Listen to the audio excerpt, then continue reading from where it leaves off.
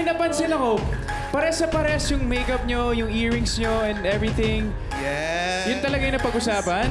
Yes po. At ako po yung nag-makeup nito kay Zandra. Wow, syempre. look at that.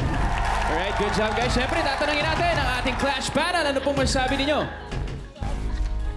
Ako na? Ikaw muna. Ito na naman po kami nagtuturuan kung sino ang una. At usually po ako lagi ang talo. Nire-respect ko lang po ang ating mga premier senior artists. Wow. Okay, ito na. Kung maka-senior, ha? Okay. Okay.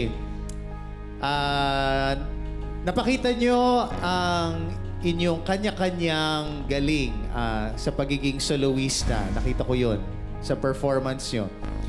Ang hinahanap ko, although dito sa Pares kontra Pares, is mas marami pang connection.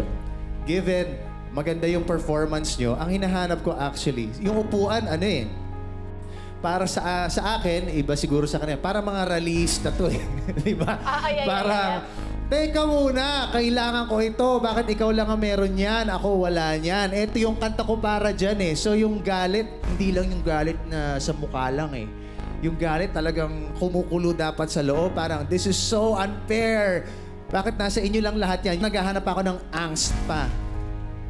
Especially sa kantang ito kasi hindi siya labi-dabi eh. Hindi siya you don't even need to look at each other. Hindi to